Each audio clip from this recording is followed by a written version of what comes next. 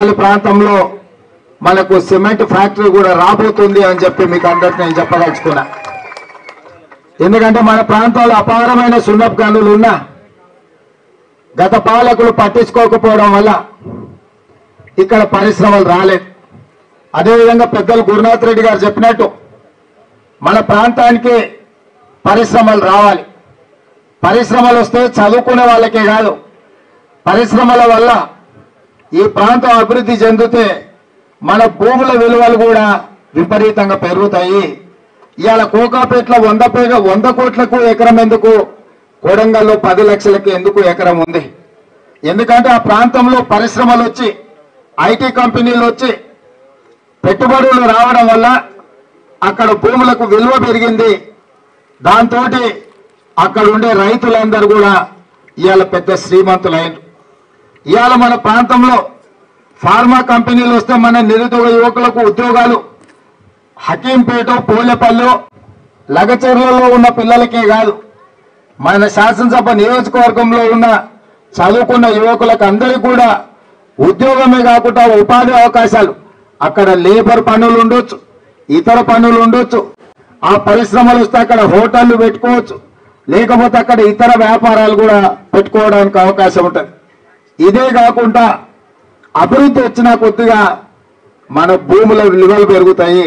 ఇవాళ హకీంపేటలోనో, పోలేపల్లిలోనో, కొడంగల్లోనో, లేకపోతే చౌదరిపల్లిలో మనం ఇల్లు కట్టుకుంటే ఓ 2 పోర్షన్ల కిరాయికి ఉండేటోళ్ళు ఉద్యోగస్తులు వచ్చింది అనుకో, మనకు అది కూడా ఒక ఆదాయం. మన ప్రాంతంలో పాఠశాలలు వస్తే పిల్లలు చదివించుకోనికే వాళ్ళ తల్లిదండ్రులు ఇక్కడికి వస్తే మన ప్రాంతం అభివృద్ధి చెందుతుంది. ఒకప్పుడు మనకు కొడంగల్ చౌరస్తాల ఛాయ్ కూడా దొరకడానికి చాలా కష్టంగా ఉండే, మీకు అందరికీ తెలుసు. 100 రూపాయలు ఉన్నాయంటే పరికన్న పోవాలి, తాండూరు కన్న పోవాలి. మన పైసలన్నీ తాండూరు వాళ్ళకి, కొడంగల్ మన 10,000కి ఇచ్చి వచ్చినాం. మా జయపునాడు మా స్వామి పొద్దుగాల ఇంట్లో ఛాయ్ తాగితే బయటకు వెళ్తే చక్క పరిగిలినే తేలుతాడు. మా నరసింహను 7:30 పంతులు అంటే పరిగిలో కలుస్తాడు, సార్ నువ్వు పోయేటప్పుడు అని చెప్తాడు. రాజేష్ నడితే పిల్లలు చదివి తాండూరు పోతాడు. ఇట్లా మద్దూరులో నడితే నారాయణపేట వెళ్తారు. నరసింహను రఘును అడిగితే 7:30, తిరుపతి రెడ్డి 7:30 అంటే మహబూబ్నగర్లో ఉన్నాడు, లేకపోతే నారాయణపేట పోయింది సార్ అని. ఎందుకంటే 100 రూపాయలని ఛాయ్ తాగుతాం అని పేరు సార్ అని. అంటే 100 రూపాయల జేబులు ఉంటే కూడా మనం పరిగికో, తాండూరుకో, నారాయణపేటకో, మహబూబ్నగర్కో, ఇక దగ్గర వాళ్ళు ఉంటే ఈ పక్కల వాళ్ళు సేడం పోయేటోళ్ళు. ఎందుకు?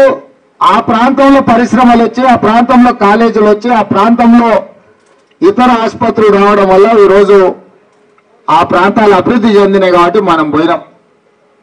నేను అడిగేది ఒక్కటే, ఇక్కడ నాకు భూములు లేవు, నేను ఇక్కడ వ్యాపారం చేసేది లేదు.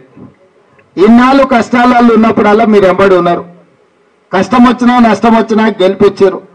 నేను వచ్చి మీ మధ్యలో తిరిగినా తిరగకపోయినా మీరే గెలిపించి సర్టిఫికెట్ పంపించారు. మరి ఈ ప్రాంతానికి ఇవ్వాల్సిన బాధ్యత నాకు ఉందా లేదా మీరు చెప్పు. ఇవాళ నేను చేసే ప్రయత్నం మళ్ళీ ఎన్నడూ ఇట్లాంటి అవకాశం వస్తుందో రాదో నాకు